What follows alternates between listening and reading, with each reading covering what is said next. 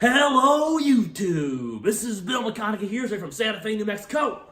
I'm here to tell you that I have quit my day job.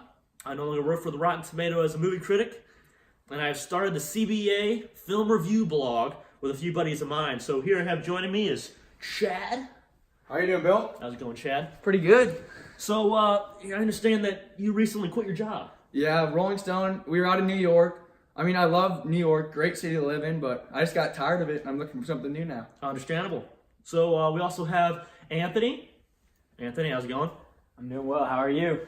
So you were a personal blogger there for a while. Yes, I was a personal blogger out of my home in Los Angeles, California.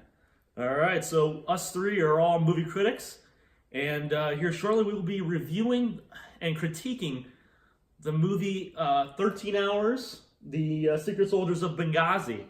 It was a great movie, but you'll hear more input later. Looking forward. All right, folks. So here at a CBA Film Review Blog, we don't do the normal systems. We're a little unique on things. So we don't do stars. We don't do out of 100. We do cookies out of 10. So today I'm here to tell you that I give 13 Hours, Secret Soldiers of Benghazi, directed by Michael Bay, 7.3 cookies. Well, as Bill explained our new cookie system, I'd like to give 13 Hours, The Secret Soldiers of Benghazi, directed by Michael Bay, a solid 8.6 cookies. Hello, I'm Anthony Green, and I give the movie 13 Hours, The Secret Soldiers of Benghazi, a 4.2. All right, so we're back, guys. So Anthony, you gave the lowest rating by far. So did, why don't you start things off? The reason I gave the 13 Hours, The Secret Soldiers of Benghazi such a low rating is because I know what Michael Bay can do as a director. I've seen the movies Transformers and Bumblebee, and those were very action-packed movies. However, he also had moments within those movies where if someone in the audience was a little confused, they had time to catch up mentally to understand what was going on in this movie. However, in this movie that we are critiquing today, I feel like although it's action-packed and although a lot of people love all the action because there's never a dull moment, I feel like there needs to be times within the movie where you can just sit there and really try and think about what's going on and try and catch up with everything. You really don't know who's on whose side during the movie. There's a lot of times where people are just shooting each other. You're not really sure why. There's sometimes where it looks like people from the other organizations are on the American side, and I feel like that just causes confusion for everyone in the audience politically. I feel like this isn't fully accurate as a real movie, but then again, who am I to say? I'm gonna have to agree with you on some parts of that. I do think sometimes the characters were a little confusing to distinguish. You weren't exactly sure which character you were looking at. However, I thought it was very action-packed, very entertaining. I thought the acting overall was very good. I do also agree with you about the Transformer movies. Very, very high-rated movies. This, I agree, probably wasn't his greatest movie. However, I thought it was very good still. I mean, I'm going to be quite the opposite from Anthony. I love movies that are full of action. I'm not one for like dull moments. Then I'm also going to lead on with the casting. They did a great job of representing like what it is to be a true American hero, and especially the leading actor, John Krasinski. Many of you know him as the Jim Halpert from The Office, which is a comedy. However, in 13 Hours, it's a serious movie, and it really represents who he is as an actor and shows how versatile he really can be. Yeah, I agree with you. He did a very good job of kind of switching that normal role of his and getting more serious in this movie. I think he did a great job. I'd love to see him in more action movies. I also liked how the director kind of displayed their background in the beginning of the movie, how they kind of showed their deep, love for their family. I think he did very good. I think they did very good at respecting the families, the ones who actually were lost in this true event. And then with the families, there's a scene in the movie, like they all get that moment to go on their phones, iPads, or whatever, and FaceTime their loved ones, and it really like shows you the emotions that go through like the families and both the soldiers that are like participating in the war, and it allows the audience to connect to the characters and like the soldiers that protect our country. Yeah, although I gave it a low rating, I believe that was a great moment within the movie for everyone to just like catch up with real life and realize although they are soldiers, they also have a life at home just like most Americans do. There's not many people that want to go in the army nowadays, and I feel like people who do deserve a big medal. I also like to say that just these characters, these actors that played these characters were also very similar in looks. I think they did. I agree with you. I mean, they did a great job representing the actual true heroes of this event. I'd personally really like to, see if all the facts actually do add up. I'd really love to speak with someone actually at the event, which we may actually get to talk to later in the film. Yeah, and then also with like the characters, like you see Jack Silva, played by John Krasinski. He has a moment when he's calling his wife, and like his wife is just, she's so like lost with all of her kids in the back. They're at a McDonald's getting food, and they're all just screaming, "I'm hungry, I'm hungry." And then one of his daughters yells out, "Mommy's having a baby," and like that just like touches him, like because he's missing out on all that in his family's life. Yeah, that's something I feel like they can kind of, some some people in the audience can maybe forget. It's just, it's not only action. It also, it's kind of it's really sad towards the end, seeing the ones that were lost and how they went. It was just an overall great story. I think Michael Bay, I'll give him credit on this. I think most characters look the same, just to like represent, like when you're in the army or whatever part of the force you're in, that you really don't have time to shave and everything. That's why I feel like they had those big beards and everything, because they didn't have the time to take time out of their day to like sit down and clean themselves up, as you can see throughout the movie.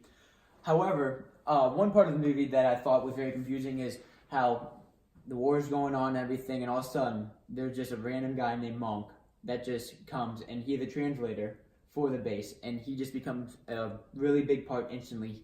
You start seeing his face more as the movie goes throughout the war as it continues, but I feel like whenever they took him with them on that car ride, he just became a bigger part, and that's what I just really didn't get, because he was a nobody, and then he became someone big just like that. All right, so there's no question that the introductions of Monk and other characters was a little confusing, and there was little to no introduction for sure. But so what do you guys think about more of the audio and the cinematography and camera angles and stuff like that of the movie? Well, I personally believe that they did a great job on the audio and the cinematography of the movie. Although I've never been a part of war like that. However, as an audience member, I felt like I was a part of it with the gunshots and the accuracy of what war is really like. Yeah, I'm going to have to agree with you on that one. I thought it did a really great job. I mean, man, you just really felt like you were there. Yeah, and like the setting of like Benghazi itself is very accurate, because it's like a Middle Eastern third world country that is run down by like just people taking over with guns and violence. I also agree, and I also they say that the camera angles, particularly like the bird's eye view shot they do with the mortar coming in on the soldiers, or the extreme close shots they did on the wounded ones, yes. Or they're really like looking. Or for one instance, one of the characters is looking in the mirror at himself, and you like can almost feel like you are like him in that moment when he knows that something's about to go down, and that he has to survive to get back to his family. Yeah, the costumes were without a doubt one of the best parts of the movie.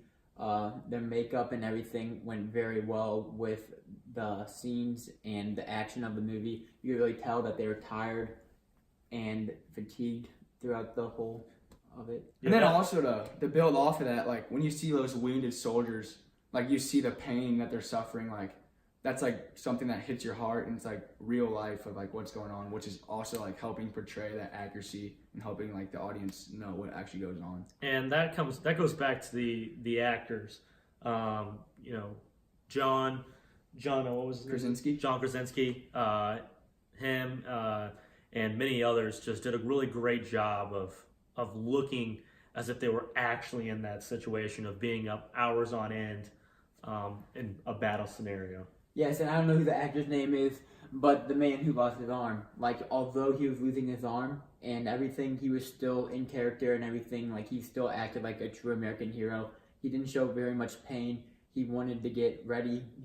Someone cocked the gun for him, and he stayed true to who he was. Yeah, he was ready to protect his country still and like help everyone around him stay safe. He played a character of someone who was having an adrenaline rush or in that scenario very well.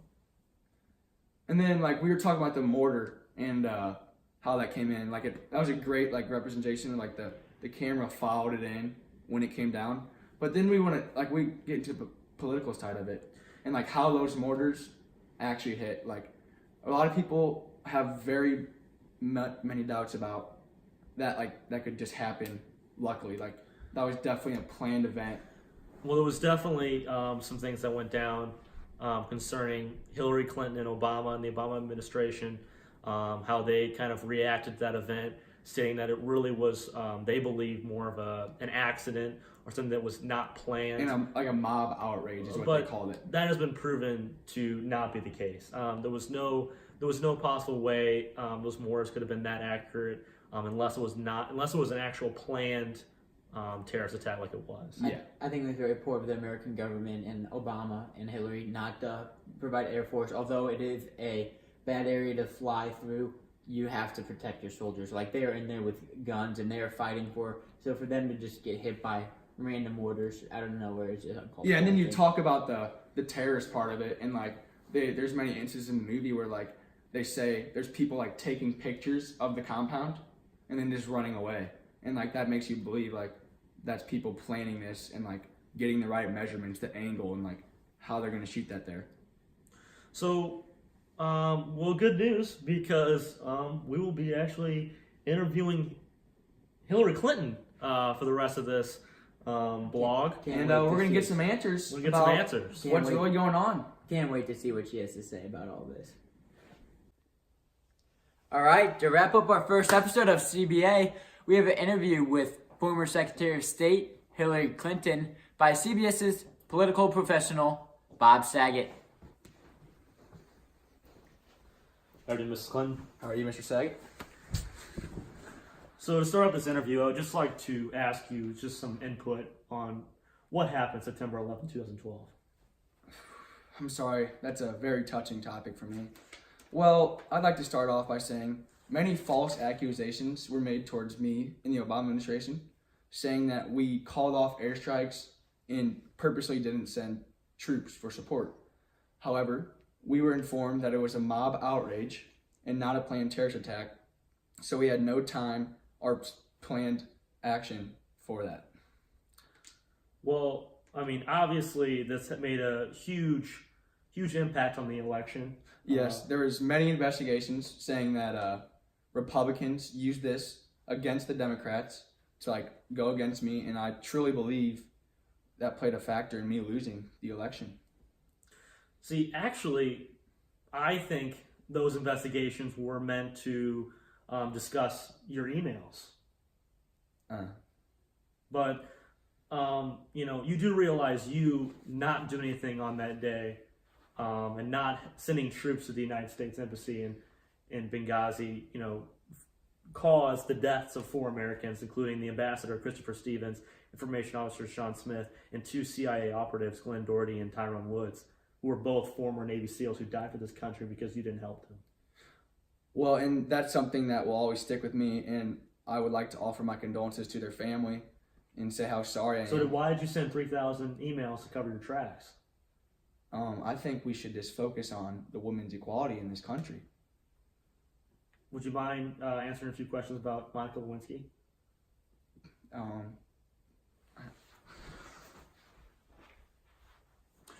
All right, guys. So we have just wrapped up an interesting interview with Hillary Clinton. That was very entertaining to watch. But overall, we give the 13 Hours Secret Soldiers of Benghazi a 6.6 overall, 6.6 cookies overall rating, mainly because of the great camera angles, the very intense and great acting within the action. However, there was a little confusion that brought down the rating. Yes, it was. So, like and subscribe.